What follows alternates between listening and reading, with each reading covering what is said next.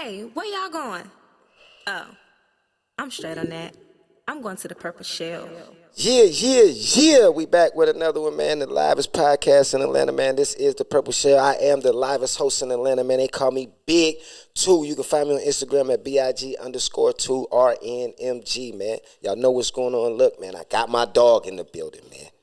I got my dog in the building, man. And when I say my dog, this ain't no nigga I just met or a nigga I'm just cool with. Like, this is somebody that, you know what I mean, I take some game from and really listen to what bro got to say.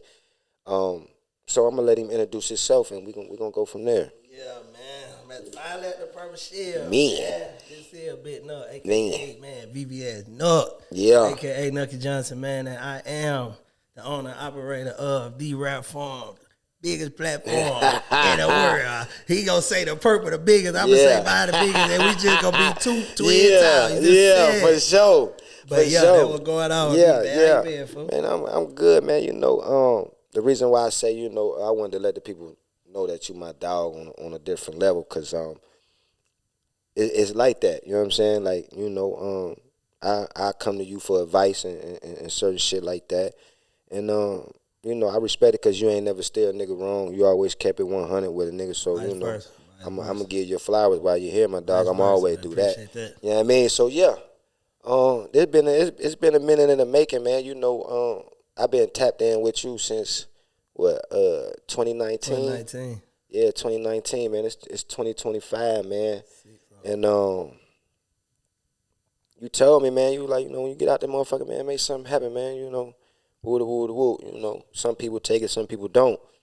And before I started doing this, you know, I used to watch you on the internet and shit, you know, with your music and, you know what I mean, just the different avenues that you had going on, and it was inspiration for me because, you know what I mean, you always told me, like, bro, I fuck that. Like, when I get out of that motherfucker, nigga, I'm going to make some shape, you know what I'm saying? Yeah, you going to make some shape, and it was just like, to see you doing your thing, it motivated me a little bit more to do my thing, and you know what I'm saying? Yes, This is where I'm at with it, but I wanna talk about some Black history shit right quick because I feel like it's not being talked about enough, and I feel like it just don't get as proper due anymore as it should. You know what I'm saying? Black history is more than 30 days. You know what I'm saying? And it's more than just 10, 15 individuals. It's a collective. It's a culture. It's a history. You feel what I'm saying? So I'm gonna start this episode off with some Black history knowledge. Okay, let's get it. You know what I mean? And yeah, we're gonna tap in. And she was one of the dopest Black women to ever grace this earth. To, you know what I mean, be able to have a word for the culture and give Black women and Black men more meaningful ways to live life through speech. So yeah, I'm gonna get into it. She was raped at the age of 8. Her rapist was found guilty but spent only 1 day in jail. After he was released, he was murdered.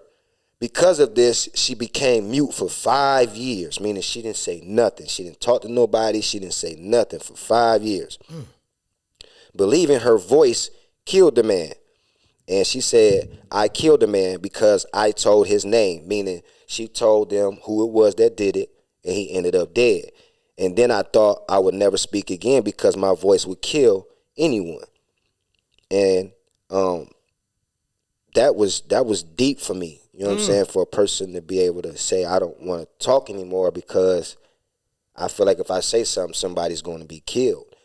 And as an 8-year-old with that type of mentality and growing up in that time, it says a lot. You know what I'm saying? And I look at the times now and in myself, and it's like, damn, we came a long way. We came a very long way. And it's crazy because it's like, I didn't even know her. I always thought she had this certain name, but her real name is Margaret Ann Johnson. I never knew who that was. Do you know who that is? Sound familiar? Margaret Ann Johnson. I know your last name Johnson. For sure. Good old Slade. And it's crazy. That's why I picked this because I was like Johnson. I said, okay, this gonna go in with my name because his last name Johnson. But it was Margaret Ann Johnson, and she went by the name of Maya Angelou. Maya Angelou. Her original name is Margaret Ann Johnson. She was a deep woman. That was a deep woman. You know what I'm saying? And when she finally did speak, they say she had a lot to say. And Maya Angelou became the voice for women in the black community. You know what I mean? Guarding respect and admiration for her honesty. And she would say, there is no agony like bearing a voice that inside of you can't speak. So meaning she didn't want to speak because she feared that it would cause harm to others. Right. So she wouldn't speak for 5 years. That's deep, bro. That's crazy. But I can see her angle. Yeah. I can definitely see her angle. Yeah. But that is insane. Yeah. And to be raped at 8 years old and then to feel like, because I feel like, being raped, that brings on anger and different other emotions. Right. And I would want somebody to die. You know what I'm saying? Yeah. But even though she was raped, she didn't want that. Right. You know what I mean? That wasn't, how can I say it, an option for her. She might have wanted the man to, face justice, but to kill the man, that was like overboard for her. You know what I'm saying? Right. And to go mute for 5 years, that's like, damn, like that's a lot, bro. That's but traumatizing. imagine how much self-reflecting she did in them 5 years. Yeah. Imagine how powerful her brain was storing all that information without spewing it out. That's why when she finally did speak, she became who we know as Maya Angelou, bro. I believe she might not be the Maya Angelou we know and love if she didn't go mute for them 5 years. Everything happened exactly how it's supposed to happen, man, on this earth. Good or bad and ugly, bro. And that's the part that's crazy, guys. Yeah. It was already written before you even got here. Yeah, it's definitely written. It's just one of my beliefs. You know what I mean? Yeah. That's deep. That's deep, though. And I had to touch on that. It's Black History Month. So, I had to throw a subject in there dealing to, Black history, man. So shout out to, Maya Angelou, rest in peace. Shout out Maya Angelou, rest in peace, man. She was a phenomenal woman, man.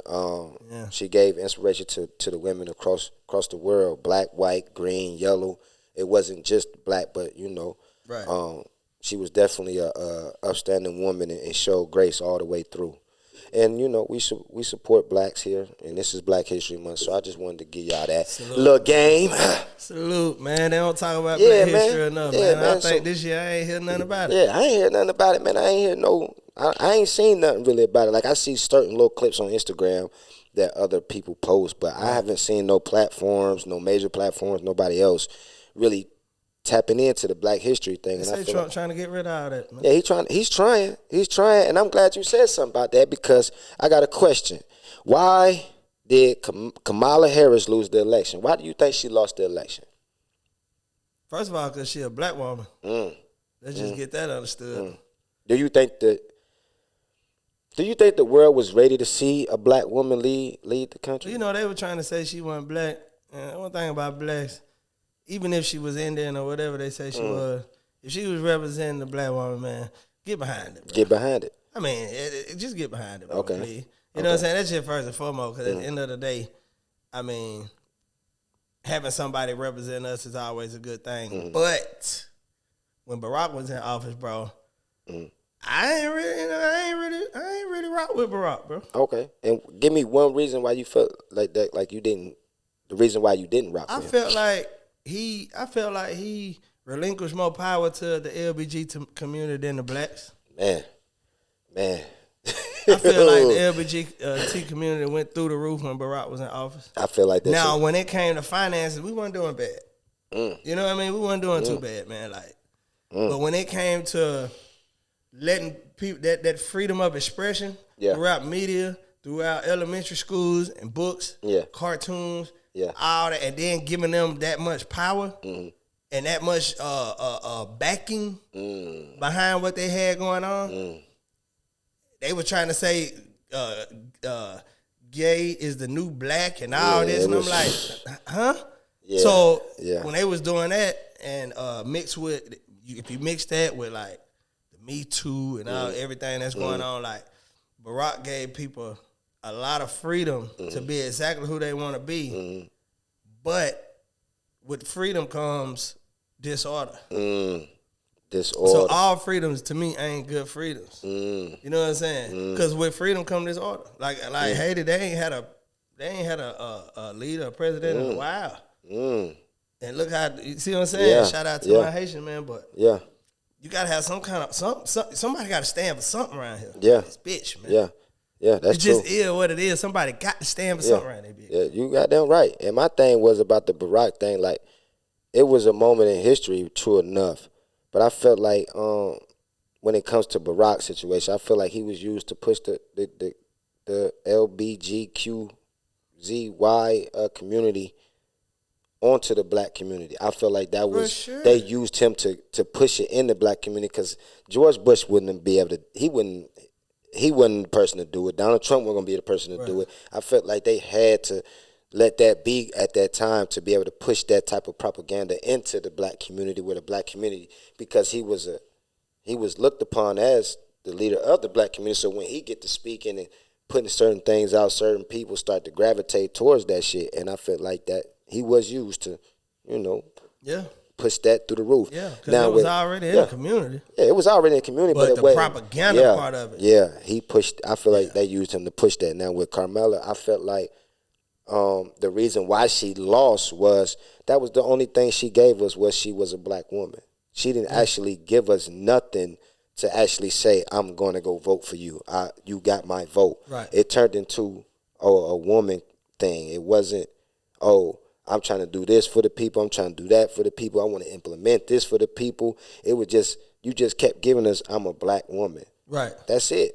And that to me wasn't enough. Wasn't enough To win an election to say, I'm a run the country. And then not only that, when she lost, she didn't even come out and salute the people and thank them even for coming out. And that shows you a lot, because you can't be that emotional in running the country. Yeah, Can't do it. She did have them black girls standing in D.C. on the front lawn. Yeah. She didn't even pull up. She didn't even pull up, and that was fucked up. But also keep in mind, like, I think they really pushed into it, gang. Yeah. I don't think this was a decision that she even wanted for real. And she didn't have enough time. Yeah, she she didn't did. have enough campaign time to do nothing. She did. But the time that she did have, I don't think she used it as wisely as she could. Right. I'm gonna give you your crutches that you had against you. But then one thing I know about black women, man, they could do a lot with less. Yeah. Yeah. A black woman could take this right here and make a mountain, Yeah. man. Yeah. That's just something I know. I was raised by one. I'm with one now. Yeah. She showed you she was a black woman all the way. Nah, for sure. So Yeah, she showed you. and I don't know, bro. I don't know. And then on top of that, like, a lot of black people, for the majority, voted for her, bro. It was the Migos that really got that Trump, Hispanic Trump vote that got her up out of there. And then them same people getting deported right now. Yeah. That's voted for this man. That's crazy. Now they crying. They getting deported by the masses. By the masses. By the masses. And the crazy part about that thing is I feel like I'm not going to, all right, this is what I'm not going to do. I'm not going to place the blame. But if you seen what he did in his first term, what makes you think was going to be different in the second? He was trying to get rid of y'all. And matter of fact, we was locked up at this time. Facts. And we sit and watch he was doing nothing but trying to get rid of. Yeah, man. Niggas couldn't even, man, they couldn't even get out of jail. Facts. They was giving these niggas, man, they was giving these, man, what? Them niggas was in there praying ISIS didn't pull up to that motherfucking door. For real, gang. Like, niggas was, man, what? Nah, for real, gang. My first celly was Amigo, and bro, when they came and got his ass, he said, my man ain't gone. I said, I'll let you, Migo. Yeah. He knew what time it was. And he knew and when they say gone, they mean really gone. They gone.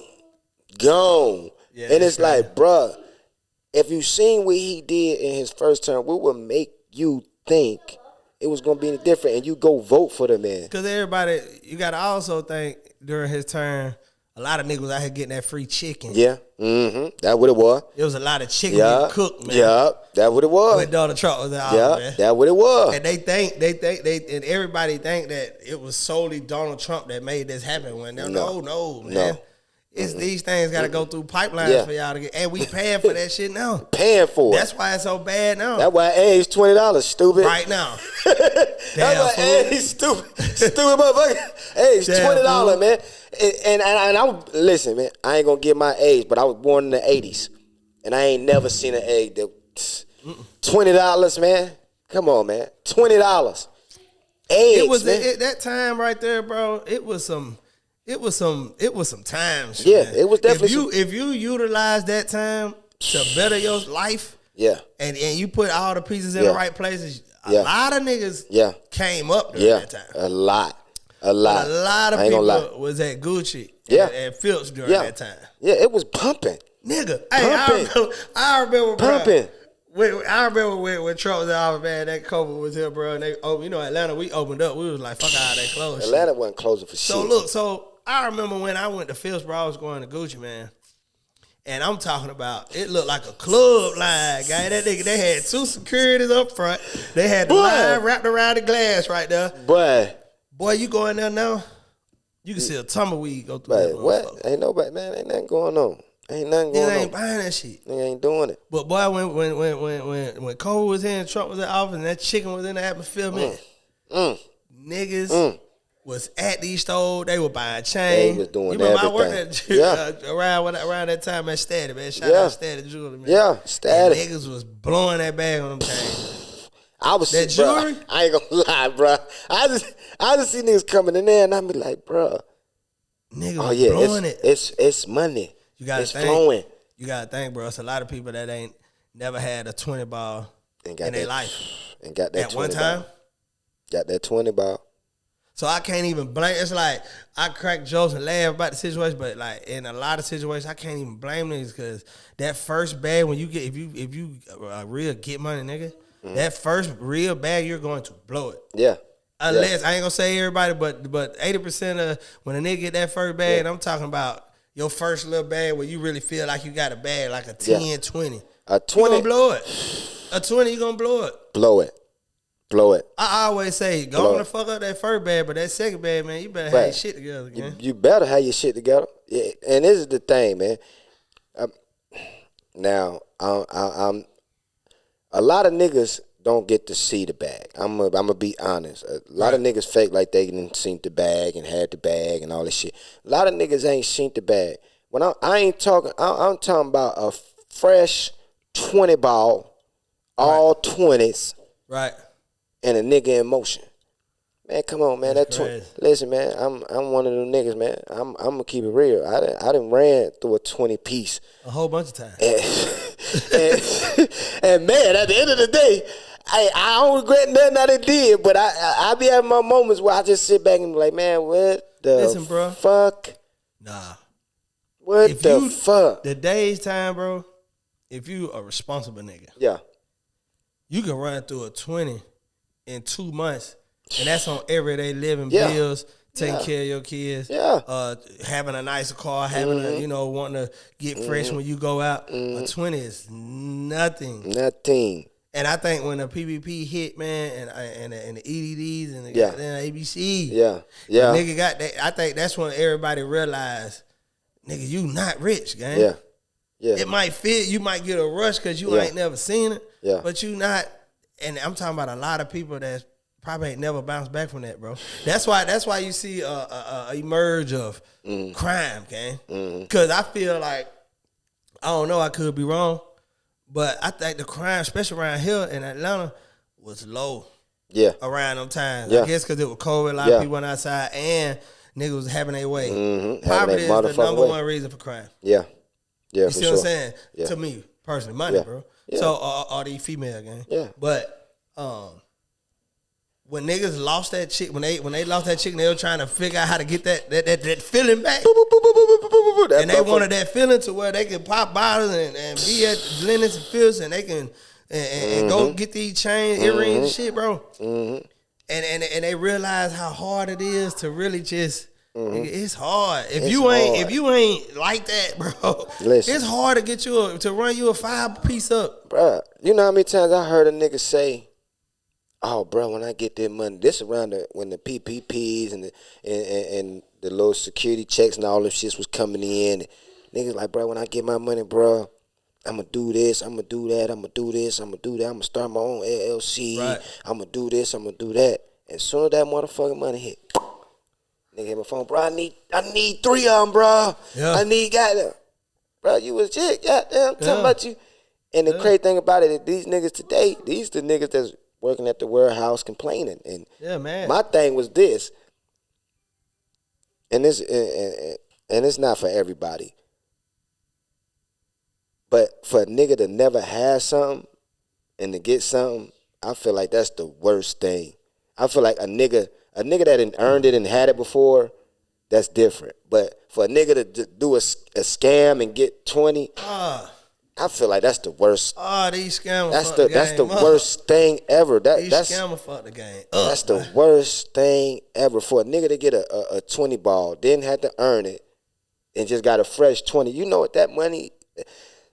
That's the most deadliest money in the world. Yeah. That's the most deadliest money in the world. Them niggas don't do nothing but go buy guns, some drugs, some pills, some bullshit. Some more guns. Some more guns, goddamn, some designer, and that all that shit be worth. They gotta go scam again. Ain't got to go Same scam thing again. like that. That's go hand in hand with the robbers. Like that's why the robbers are goddamn hit a lick and blow the whole bag up. They know they live to rob again. And The ones that get it out the mud, the hustle, man, shout out to the hustle. hustle Cause hustle don't get enough credit, man. don't get enough. They don't credit, glorify man. the hustle, man. They glorify, but they don't. They glorify the killing, Yeah, the robbing, the bullshit. and the scamming more, bro. The bullshit. You know what I'm saying? The bullshit. Yeah, man. So when you a real hustler, man, and you had money before all this, bro, you'll get money after. After You just a get money nigga. you just a get money nigga. That's You see what I'm saying? That's it, man. But that money fell into the hands of people that you feel me,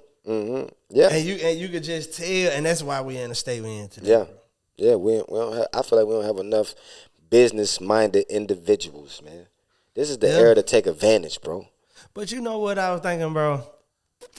It's hard. Everybody ain't been in mind game. Yeah. Somebody got to work for you. Yeah, yeah. Some people just do way better with a 9 to 5. I ain't gonna say 9 to 5. Just a control Environment. Constructive vibe. Yeah, I get that. I get and that. stability Yeah. to know, like Yeah. the security to know I'm gonna get this certain amount of money every week. My 401k look like this. I got insurance. Yeah, I'm cool. yeah. Then you got the psychopaths. Yeah, you got that to want to be- start these businesses. You got to be a They wanna- psychopath, goddammit. You got these psychopaths Yeah. that want to start the businesses and the LLCs and the S corps. See what? Yeah. But Man, to be out like, bro, if you don't understand, a lot of Fortune 500 successful men are narcissistic psychopaths, gang. You got to be like that, You man. got to be like that. I feel like if you want to run a business, you got to be ready to drive yourself crazy. You got to be. You got to be. When it comes to, and this is the thing that people see the aftermath for the shit. They don't see the behind the scenes of what a motherfucker go through emotionally, Hell physically. They don't see that. So when they see the good side of it, it's like, oh, I can do it too. Not knowing, hold on, man. This shit was a process. Yeah. Motherfucker, it was times, nigga, I wanted to run through this motherfucking wall, nigga. Yeah. And nigga, I wanted to pull my motherfucking hair out. It been time, nigga, I was goddamn dead broke and lights about to get for goddamn real. cut off, and I still got to pay for this shit. Like, Gotta make it happen. and that's the thing that people got to understand. Like, this is a grind, bro. And I feel like having a 9 to 5 doesn't never compare to this shit. This, It don't. a 9 to 5 could never, because I feel like with a 9 to 5, like you said, it's already structured. You already know what time you got to get up. You already know what time you get off. You already know when you get to the job, this is the job that you got to do to complete the task for that day. But when you doing your own thing and trying to build your own thing, every day is from day to day. Facts. And I think both lanes is of equal importance, Yeah, bro. yeah, you got to Like make you some can't money. be you can't be a boss if you ain't got no work, Right. bro. You got and to. you can't work up under somebody that you ain't ready to let lead you. Yeah. So I don't listen. it's just some people out here, they're not structured to be a psychopath, bro, and run your own business, bro. Like a lot of people out here, they need to know they gotta be at work at 6. They have no choice. If they want to pay these bills, I gotta be at work at 6.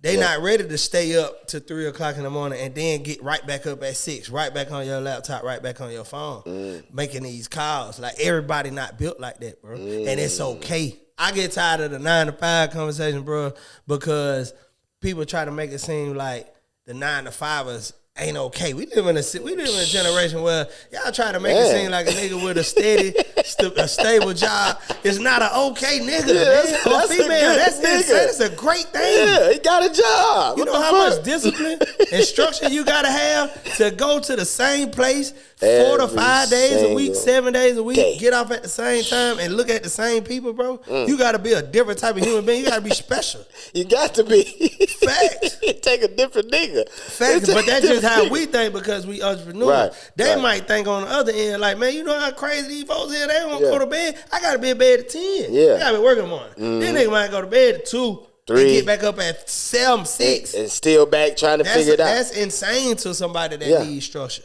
I get an adrenaline rush from that shit. I think I'm addicted to that shit. You feel me? You know what I'm saying? Like, I'm really, bruh, it's so crazy, right? When it and this is just coming from a hustler background and a hustler mentality.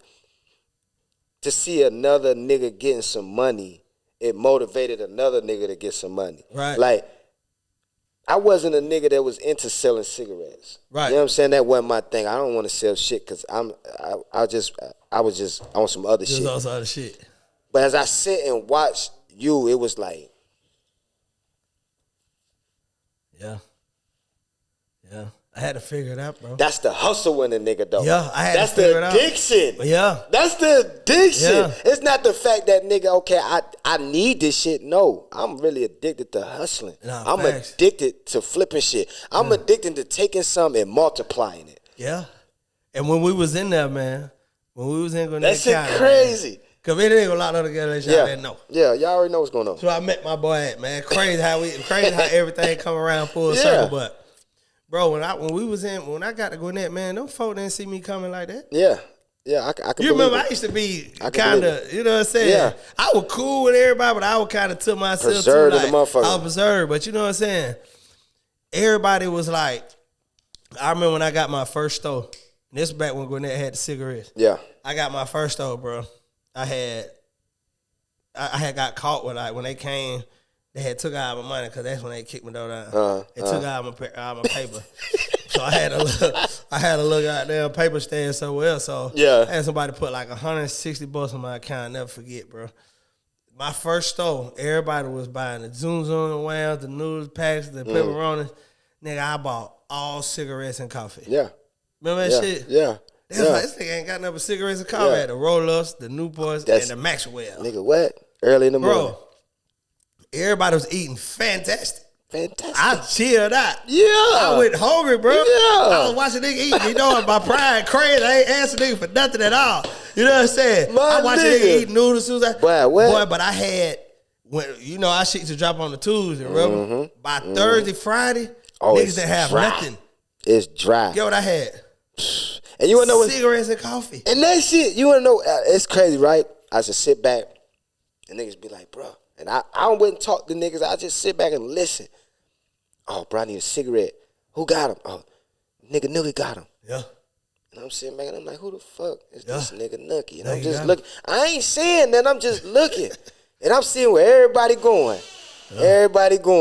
And I said, man, this nigga here. Yeah. This the nigga I need to talk to. Nah, facts, bro. Out of Because anybody, I just knew. Yeah, it's a mental. It's just like the street when you in that motherfucker, bro. And it was something I could relate to. You know what I'm saying? Facts. Without even having to talk to a nigga, I could relate to that. And it wasn't just like, you know how you got some niggas, they just be doing shit to be doing shit. But it was more or less like, nah, they would, bro, do on the outside, bro, the real hustler, like, bro.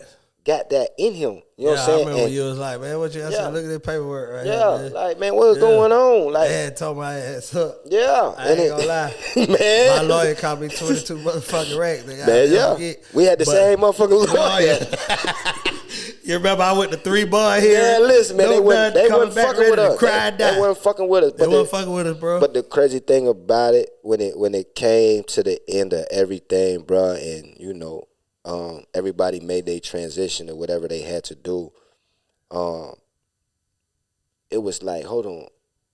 When I woke up out the motherfucker, because I knew like I can't fuck with the same niggas because it ain't working for me like that. Right. And I need to find something new. But when I got out, it was like, hold on, what was this nigga name? And I went back, I looked on the piece of paper, said Knucky Johnson. I said, boom, I went to the internet, pop. You popped out. I said, man, I gotta follow this nigga. Yep, I remember. And ever since then, I said, damn, what's up, big bro? Woo, that what's going on?